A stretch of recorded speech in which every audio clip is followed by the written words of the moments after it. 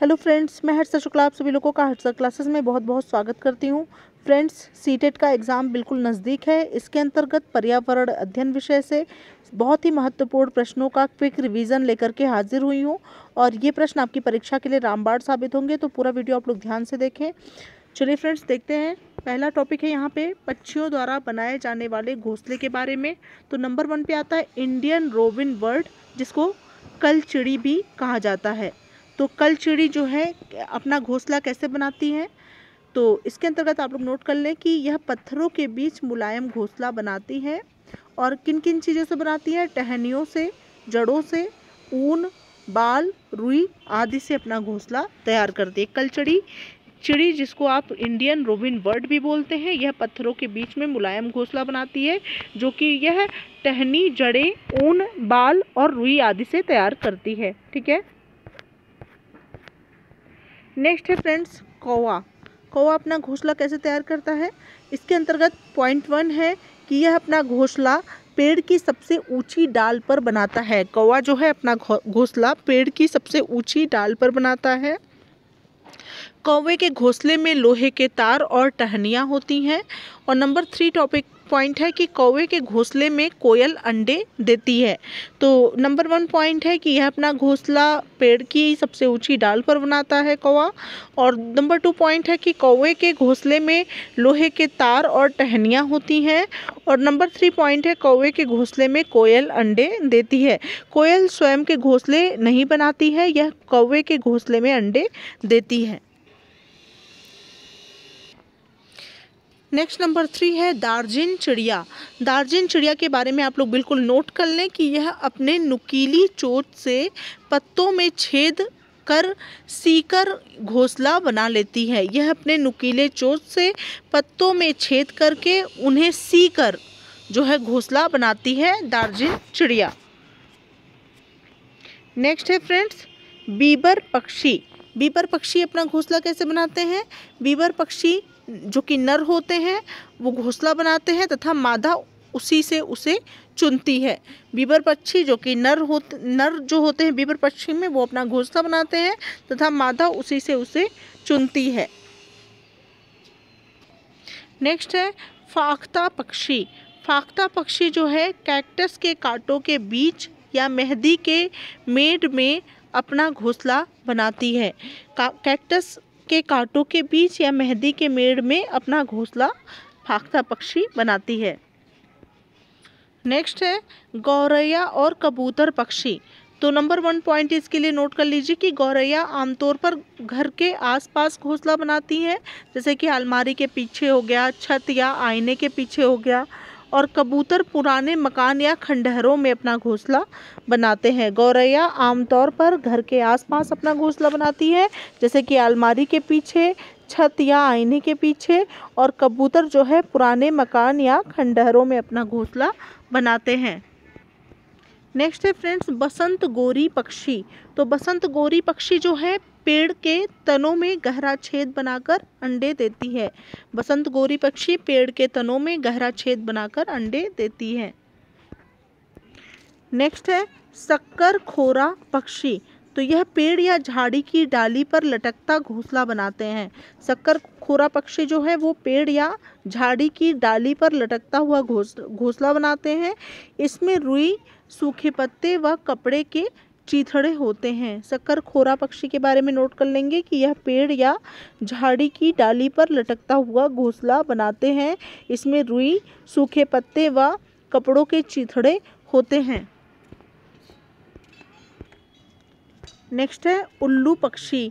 तो यह एक रात्रिचर प्राणी है जो अपनी गर्दन पीछे तक 360 डिग्री तक घुमा सकता है। उल्लू पक्षी क्या होता है? एक रात्रिचर प्राणी होता है जो अपनी गर्दन को 360 डिग्री तक यानी पीछे तक घुमा सकता है। नेक्स्ट है मैना पक्षी। मैना पक्षी तो रेगिस्तान में मैना चिड़िया पाई जाती है। मैना अपने गर्दन को झटके से पीछे कर लेती है। रेगिस्तान में मैना चिड़िया पाई जाती है जो कि अपने गर्दन को झटके से पीछे की ओर कर लेती है। बात करते हैं नंबर 11 है बगुला पक्षी। तो बगुला भैंस पर बैठकर उसके कीटों को खा जाता है। और नंबर 2 पॉइंट है कि भैंस के को कीड़ों से छुटकारा मिलता है और बगुले को भोजन मिल जाता है। अब इसके संबंध में, पक्षियों के संबंध में कुछ महत्वपूर्ण बिंदु है जो कि बिल्कुल ध्यान देने योग्य है इस परीक्षा के लिए। तो पहला पॉइंट है कि पक्षियों के पंख उड़ने, सर्दी गर्मी से बचने हेतु रूपांतरित होते हैं। दूसरा पॉइंट है पक्षियों की चोंच में दांत नहीं होते हैं।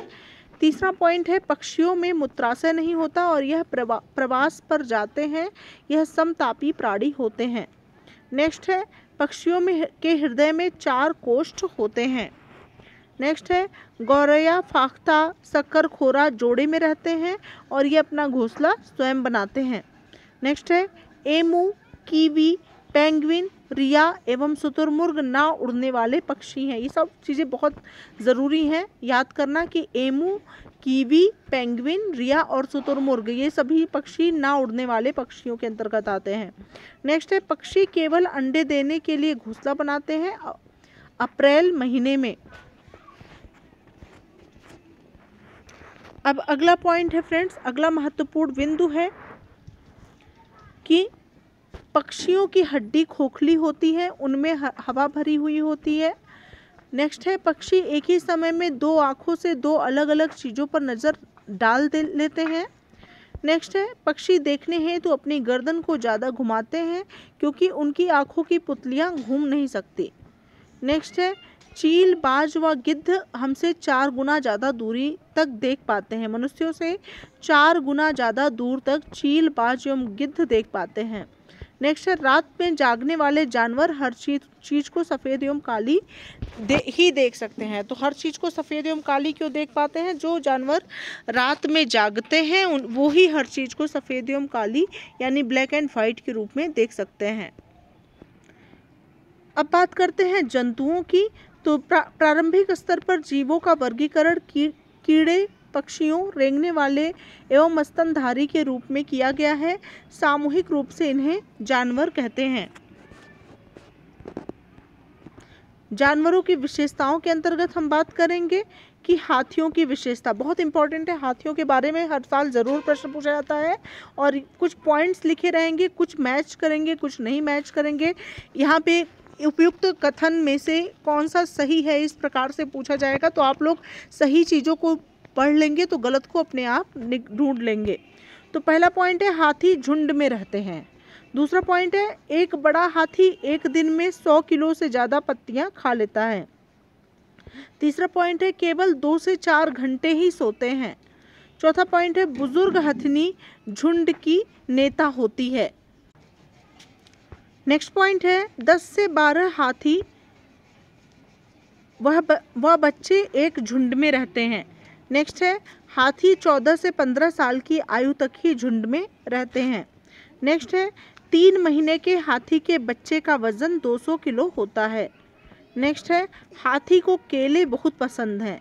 नेक्स्ट है हाथी को पसीना नहीं आता और वह पृथ्वी स्थल के सबसे बड़े स्तनधारी होते हैं। तो ये कुछ महत्वपूर्ण टॉपिक है हाथी के बारे में। अब बात करते हैं फ्रेंड्स सांपों की विशेषताओं के बारे में। सांप की विशेषताएं, तो पहला पॉइंट है आप लोग बिल्कुल ध्यान रखिएगा कि भारत में केवल 4 तरह के जहरीले सांप होते हैं। पहला है नाग, दूसरा है करैत, तीसरा है दुबोइया और चौथा है अफाई। नेक्स्ट पॉइंट है सांप के बारे में कि सांप के काटने की दवा सीरम सांप के जहर से बनती है।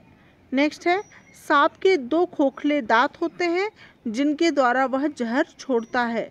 अगला पॉइंट है सांप के बाहरी कान नहीं होते और वह जमीन पर हुए कंपन को सुनता है। नेक्स्ट है सांप के दांत नुकीले होते हैं परंतु वह भोजन को चबाता नहीं अपितु निगलता है। सांप के दांत क्या होते हैं? नुकीले होते हैं, लेकिन वह भोजन को कभी चबाता नहीं है बल्कि निगलता है। बात करते हैं गिलहरी की विशेषताओं के बारे में। तो पहला पॉइंट है गिलहरी के दांत हमेशा बढ़ते रहते हैं लेकिन घिसने तथा कुतरने से छोटे हो जाते हैं। गिलहरी के दांत क्या होते हैं? हमेशा बढ़ते रहते हैं लेकिन घिसने तथा कुतरने से वे छोटे हो जाते हैं। अब बात करते हैं स्लॉथ के विशेषताओं के बारे में जो कि बहुत इंपॉर्टेंट है। तो पहला पॉइंट है स्लॉथ जो है भालू जैसा जानवर होता है। नेक्स्ट है यह 18 घंटे तक सोता है। नेक्स्ट है यह 40 वर्ष तक जीता है। नेक्स्ट है यह अपने पूरे जीवन में केवल 4 से 6 पेड़ों की पत्तियां खा पाता है। तो ये सारे पॉइंट्स आपको सीटेट के एग्ज़ाम में दिए रहेंगे। इनमें से जो पॉइंट्स आपको मैं बता रही हूँ यही सही है, बाकी अलग से कुछ भी पॉइंट उसमें ऐड हो तो वो गलत होगा और उसको आप नहीं, मतलब वो कथन सत्य नहीं है। नेक्स्ट है फ्रेंड्स बाघ की विशेषताएं। तो बाघ अपने शिकार का सही पता हवा द्वारा मूंछों के कंपन से कर लेता है। नेक्स्ट है इससे अंधेरे में रास्ता ढूंढने में उन्हें मदद मिलती है। नेक्स्ट है बाघ मूत्र की गंध से दूसरे बाघ को पहचान लेता है।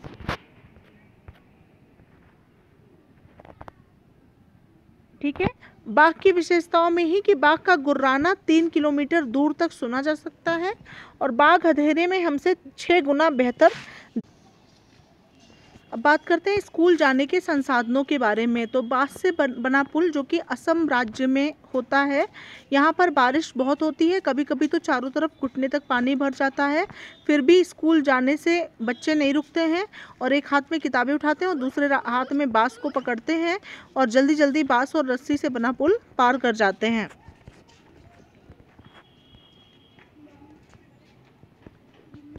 अब बात करते हैं बल्लम की, जो कि बहुत इंपॉर्टेंट है। बल्लम परीक्षा में जरूर पूछा जाता है। बल्लम जो कि केरल में होता है। केरल में कुछ भागों में बच्चे पानी को पार करने के लिए बल्लम यानी लकड़ी की छोटी सी नाव, बल्लम किसे कहते हैं, लकड़ी की बनी हुई एक छोटी सी नाव होती है, उसमें बैठकर स्कूल पहुंचते हैं। नेक्स्ट है ऊंट गाड़ी। ऊंट गाड़ी कहाँ चलती है, राजस्थान में। तो राजस्थान में जो है दूर दूर तक रेत ही रेत नज़र आती है, दिन में रेत खूब तपती है और ऊंट गाड़ी पर बैठकर बच्चे जो है स्कूल जाते हैं। नेक्स्ट है बैलगाड़ी। विलेज जो प्लेन्स में, जहाँ पहाड़ियाँ नहीं होती हैं, प्लेन्स होते हैं, वहाँ पर बैलगाड़ी का प्रयोग करते हैं। बैलगाड़ी पर बैठकर हरे भरे खेतों में से धीरे धीरे निकलते हुए स्कूल पहुँचते हैं। ठीक है, अब बात करते हैं गुजरात राज्य की। गुजरात में जो है जुगाड़, ठीक है, तो इनकी गाड़ी का नाम क्या होता है, जुगाड़ होता है। यह फटफट करती हुई चलती है ना शानदार। आगे से देखो तो मोटर बाइक की तरह दिखाई देती है और पीछे से लकड़ी के फट्टों से बनी होती है। नेक्स्ट है नॉर्थर्न हिल्स के बारे में। तो यहाँ पर स्कूल जाने के लिए बर्फ़ पर चल के बच्चे स्कूल जाते हैं। ठीक है, वहाँ पे बर्फ़ होती है तो बर्फ़ पे चल के बच्चे स्कूल जाते हैं। बात करते हैं उत्तराखंड राज्य की। तो उत्तराखंड राज्य में उबड़ खाबड़ पथरीले रास्ते होते हैं। यहाँ पर पहाड़ी इलाकों में रहते हैं बच्चे और यहाँ दूर दूर तक उबड़ खाबड़ पथरीले रास्ते हैं।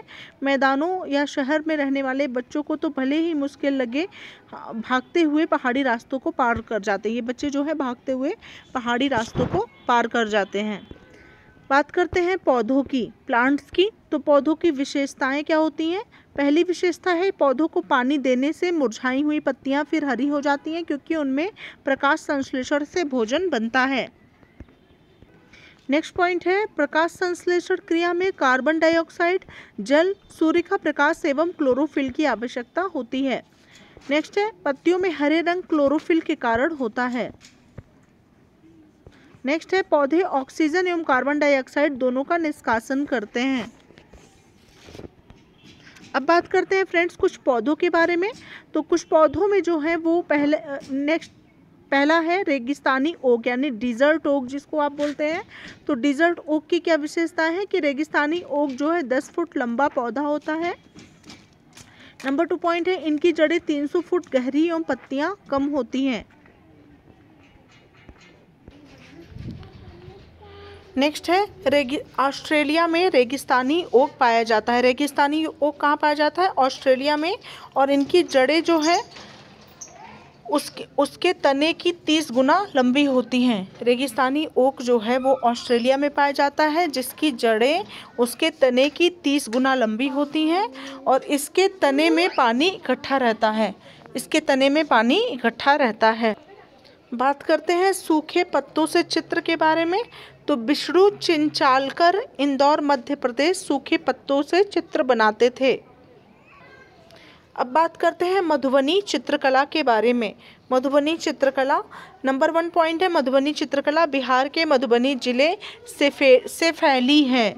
मधुबनी चित्रकला बिहार के मधुबनी जिले से फैली है। नंबर 2 है, इसमें चावल के घोल में रंग नील हल्दी मिलाकर इंसान, जानवर, पेड़, फूल, पक्षी, मछलियाँ एवं अन्य जंतु के साथ में रखकर चित्र बनाए जाते हैं। बात करते हैं परागकण की। तो परागकण का पहला पॉइंट है कि पंखुड़ियों के अंदर फूल के बीच में कुछ पतली पाउडर जैसी रचनाएं दिखाई देती हैं, जिन्हें पराग कहते हैं। और परागकण पाउडर जैसे होते हैं। परागकण प्रक्रिया जिसके द्वारा पौधे प्रजनन करते हैं। नेक्स्ट है बरगद का वृक्ष। तो बरगद सबसे पुराने वृक्षों में से एक है। बरगद को से सहारा देने वाली जड़ें निकलती हैं। बरगद का वृक्ष सैकड़ों वर्ष तक जीवित रहता है। अब महत्वपूर्ण बिंदु है कुछ। पहला बिंदु है फूलों की घाटी उत्तराखंड में है। नेक्स्ट है कचनार के फूल की सब्जी यूपी में तथा केले के फूलों की सब्जी केरल में खाई जाती है। महाराष्ट्र में सहजन के फूल के पकौड़े बनते हैं। नेक्स्ट है दवा में प्रयोग होने वाले फूल गुलाब, केसर, अजवाइन, सर्पगंधा, अर्जुन है। दवा में प्रयोग होने वाले फूल जो हैं गुलाब, केसर, अजवाइन, सर्पगंधा और अर्जुन है। नेक्स्ट है इत्र व केवड़ा चमेली व गुलाब से बनते हैं। नेक्स्ट है फ्रेंड्स महत्वपूर्ण बिंदु में उत्तर प्रदेश का कन्नौज जिला इत्र हेतु मशहूर है। इत्र फूलों का शुद्ध अर्थ होता है। यह आसवन विधि से बनाया जाता है। नेक्स्ट है रात में खिलने वाले फूल सफ़ेद एवं सुगंधित होते हैं। नेक्स्ट है नीम, कीकर एवं खेजड़ी वृक्ष में कीड़ा नहीं लगता है। ये सभी पॉइंट बहुत इंपॉर्टेंट है। नेक्स्ट है गुलाब जल प्लस ग्लिसरीन प्लस नींबू रस के इस्तेमाल से सर्दी में त्वचा नहीं फटती है। नेक्स्ट है पीपल का पौधा मकान की दीवार पर उग जाता है। नेक्स्ट है केरल को मसालों का राज्य कहते हैं। अब बात करते हैं फ्रेंड्स खेजड़ी वृक्षों की।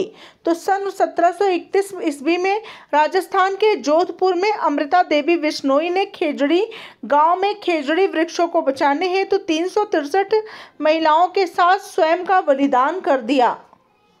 ठीक है। और भारत सरकार ने इनके सम्मान में अमृता देवी वन्य जीव संरक्षण राष्ट्रीय पुरस्कार शुरू किया। नेक्स्ट है इनकी छाल दवा के काम हेतु प्रयोग होती है। नेक्स्ट है इनकी लकड़ी में कीड़ा भी नहीं लगता। नेक्स्ट है इसकी पत्तियों की सब्जी भी बनाई जाती है। नेक्स्ट है पेड़ और जानवर हमारे बिना नहीं रह सकते, पर हम उनके बिना पेड़ और जानवर हमारे बिना रह सकते हैं, लेकिन हम उनके बिना नहीं। यह खेजड़ी गांव के बुजुर्गों का कथन है। बात करते हैं फ्रेंड्स बीजों के प्रकीर्णन के बारे में। तो बीज का प्रकीर्णन हवा, जल एवं जीवों द्वारा होता है। अब बात करते हैं विभिन्न राज्यों के कुछ महत्वपूर्ण लोक नृत्य के बारे में, जो कि सीटेट की परीक्षा के लिए रामबाण साबित होंगे। तो पहला है भरतनाट्यम। तो इसके लिए नंबर 1 पॉइंट नोट कर लीजिए कि भरतनाट्यम तमिलनाडु का शास्त्रीय नृत्य है। दूसरा है भरतनाट्यम में 3 घराने प्रचलित हैं, तंजौर, कांजीपुरम एवं पंडनलून। नेक्स्ट है इन घरानों को पाड़ी नाम से भी जाना जाता है। नेक्स्ट है रुक्मणी देवी, टी बाला सरस्वती, सोनल मानसिंह, यामिनी कृष्णमूर्ति, पद्म सुब्रह्मण्यम, लीला सैमसन आदि भरतनाट्यम के उत्कृष्ट कलाकार हैं। बात करते हैं ओडिसी के बारे में। तो ओडिसी ओडिशा का शास्त्रीय नृत्य है। इस नृत्य का उल्लेख कोणार्क के सूर्य मंदिर के शिलालेख में मिलता है। नेक्स्ट है यह नृत्य त्रिभंग मुद्रा में किया जाता है। नेक्स्ट है इस नृत्य के प्रमुख कलाकार मोहन महापात्र, पंकज चरण दास, सोनल मानसिंह, माधवी मुदगल आदि हैं। नेक्स्ट है फ्रेंड्स मोहिनी अट्टम। तो मोहिनी अट्टम केरल का एक शास्त्रीय नृत्य है। नेक्स्ट है इस नृत्य की मान्यता है कि भस्मासुर का वध करने के लिए भगवान विष्णु ने मोहिनी रूप लिया था। नेक्स्ट है इसके प्रमुख कलाकार हैं हेमा मालिनी, श्रीदेवी भारती, शिवाजी, सुनंदा नायर, गोपिका वर्मा, के कल्याणी, कला देवी आदि हैं। नेक्स्ट है मणिपुरी। तो मणिपुरी मणिपुर का एक शास्त्रीय नृत्य है। नेक्स्ट है इस नृत्य शैली में राधा कृष्ण की रासलीलाओं का आयोजन किया जाता है। नेक्स्ट है इस नृत्य के प्रमुख कलाकार झावेरी बहनें, दर्शन, नैना, सुवर्णा, कलावती देवी, गुरु, नभ कुमार, रीता देवी, बिपिन सिंह आदि हैं। नेक्स्ट है फ्रेंड्स सत्रिया। तो सत्रिया असम का एक शास्त्रीय नृत्य है। इस नृत्य को दशावतार नृत्य, चाली नृत्य, अप्सरा नृत्य, रास नृत्य आदि विधाओं में बांटा गया है। नेक्स्ट है इस नृत्य के प्रमुख कलाकार कृष्णाक्षी कश्यप, रामकृष्ण तालुकदार आदि हैं। नेक्स्ट है कथक या कत्थक। तो यह प्रमुख रूप से उत्तर प्रदेश, राजस्थान एवं मध्य प्रदेश में प्रचलित है।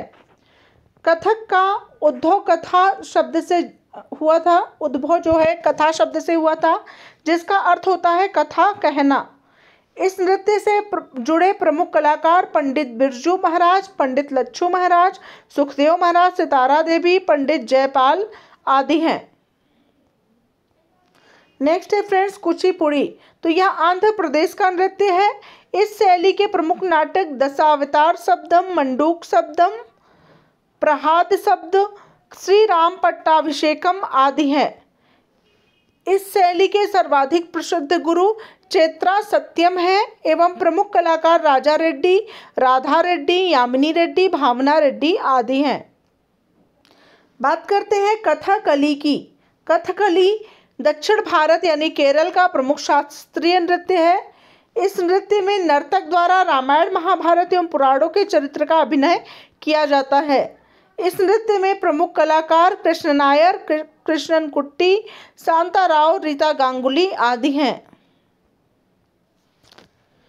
तो ये रहे फ्रेंड्स सबसे महत्वपूर्ण प्रश्न पर्यावरण अध्ययन विषय से। ये आप लोग ज़रूर तैयार करके जाएंगे सीटेट परीक्षा देने के लिए, और यहाँ से प्रश्न निश्चित रूप से आपकी परीक्षाओं में पूछे जाएंगे। 100 में से 100% गारंटी के साथ बोलती हूँ, यहाँ से प्रश्न आपकी परीक्षा में ज़रूर से ज़रूर आपको देखने को मिलेंगे। मिलते हैं नेक्स्ट वीडियो के साथ, तब तक के लिए thank you so much friends, thanks for watching my video.